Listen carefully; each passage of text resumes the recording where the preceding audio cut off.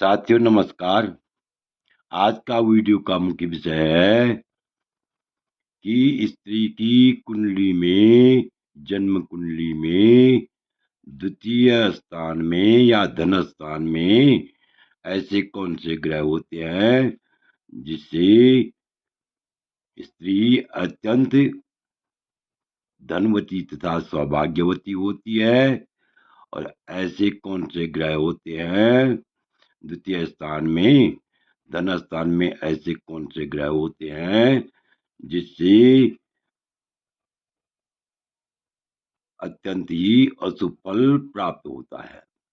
स्त्री को जो है अत्यंत ही अशुभ फल की प्राप्ति होती है।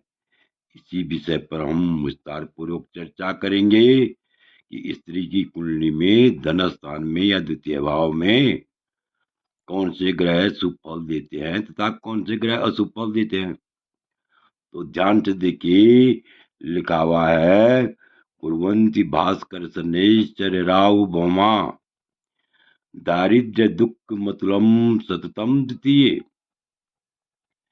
वित्तेश्वरीम सदवाम। यहाँ पर ये मिसप्रिंट हो रखा है, यहाँ जो है शुभगाम या सदवाम। गुरु शुक्र सौम्या नारी प्रवृत्ति तनयाम प्रभूत तनयाम कुर्ती शशांक है। ध्यान से देखिए, सबसे पहले व्याख्या देखिए। इससे पहले मेरा आप लोगों से अनुरोध है, यदि आपने अभी तक मेरा चैनल सब्सक्राइब नहीं किया तो अवश्य सब्सक्राइब करने का कष्ट कीजिए, वीडियो को लाइक कीजिए, शेयर कीजिए। तो सरल भाषा में लिखा हुआ है, यहाँ पर व्याख्या देखिए पहले कि द्वितीय नारी, द्वितीय अर्थात स्त्री की कुंडली में द्वितीय भाव में यदि कौन कौन से ग्रह हों, सूर्य बैठा हुआ हो, या शनिश्चर बैठा हुआ हो, या राहु बैठा हुआ हो, या भौमा मंगल बैठा हुआ हो, या केतु बैठा हुआ हो, तो ऐसी स्त्री यदि द्वितीय भाव में अर्थात धन स्थान में किसी स्त्री की जन्म कुंडली में, धन स्थान में द्वितीय भाव में सूर्य, शनिश्चर, राहु, केतु, मंगल बैठा हुआ हो, चाहे सूर्य बैठा हुआ हो, या शनिश्चर बैठा हुआ हो, या राहु बैठा हुआ हो, या केतु बैठा हुआ हो, या मंगल बैठा हुआ हो, अर्थात ये कौन से ग्रह हैं? ये क्रूर ग्रह हैं। तो ऐसे में क्रूर ग्रहों के होने से द्वितीय भाव में यदि किसी स्त्री की कुंडली में द्वितीय भाव में ये क्रूर ग्रह हों, ये 5 क्रूर ग्रह कौन कौन? सूर्य, शनिश्चर, राहु, केतु और मंगल। इनमें से कोई भी ग्रह बैठा हुआ हो तो ऐसी स्त्री अत्यंत दरिद्री होती है, निर्धन जीवन यापन करती है और हमेशा दुखी रहती है। सततम अतुलम दुखम अर्थात हमेशा अत्यंत दुखी रहती है, स्वयं भी कष्ट उठाती है, परिवार के लोग भी जो है ऐसी स्त्री के होने से क्या होते हैं? अत्यंत गरीब होते हैं यदि ऐसे ग्रह हो तो। और वित्तेश्वरीम शुभगाम या सदवाम गुरु शुक्र सौम्या नारी प्रभूत तनयाम गुरुते शशांक है।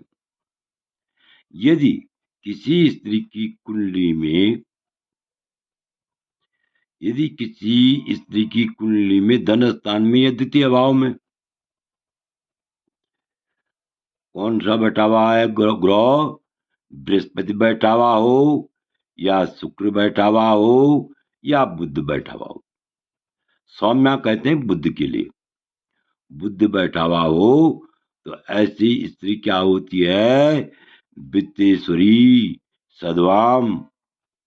अत्यंत वित्तेश्वरी मतलब अत्यंत धनवती होती है। क्या होती है?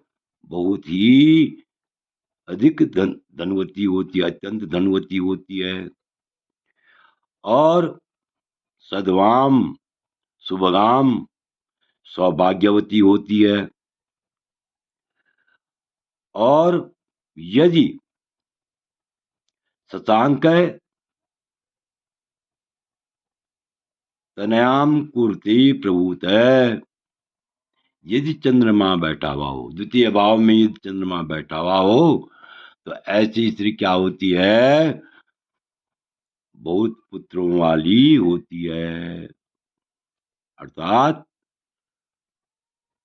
बहुत से पुत्रों वाली होती है। बहुत से पुत्रों की तो प्राचीन काल की बात का जो है ये उल्लेख मिलता है, लेकिन यहाँ पर हम ये कह सकते हैं यथेच्छ पुत्रवती होती है।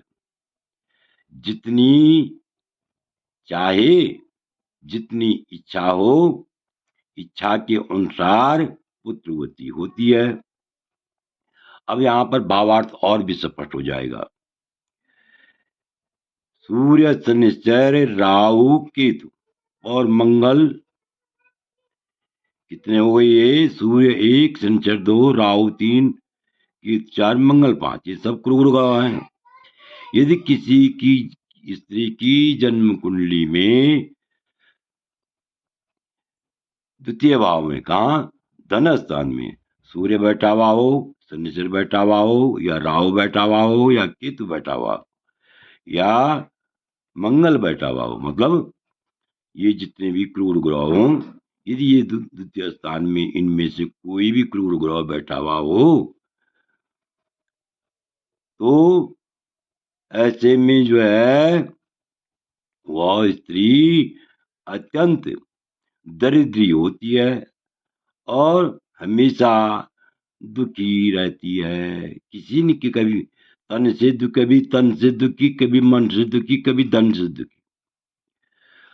और यदि शुक्र, बृहस्पति, शुक्र या बुध यदि द्वितीय भाव में, स्त्री की कुंडली में द्वितीय भाव में या धन स्थान में बृहस्पति, शुक्र या बुध बैठा हुआ हो तो वह स्त्री सौभाग्यवती होती है और अधिक धनवती होती है। अत्यंत धनवती होती है। और यदि चंद्रमा, धन स्थान में चंद्रमा बैठा हुआ हो तो यथेच्छ, यथेच्छ का मतलब यानी जितनी अपनी इच्छा के अनुसार पुत्र पुत्री को जन्म देती है। अर्थात चंद्रमा होने से पुत्रवती होती है। तो आता है कि आप इस वीडियो को भली बात समझ गए होंगे। आपसे अनुरोध है कि यदि आपने अभी तक मेरा चैनल सब्सक्राइब नहीं किया तो अवश्य सब्सक्राइब करने का कष्ट कीजिए, वीडियो को लाइक कीजिए, शेयर कीजिए। वीडियो देखने के लिए बहुत बहुत धन्यवाद। विशेषकर मैं उन लोगों का कृतज्ञ हूँ, आभार व्यक्त करता हूँ जो मेरे वीडियो को नियमित रूप से देख रहे हैं। पुनः धन्यवाद।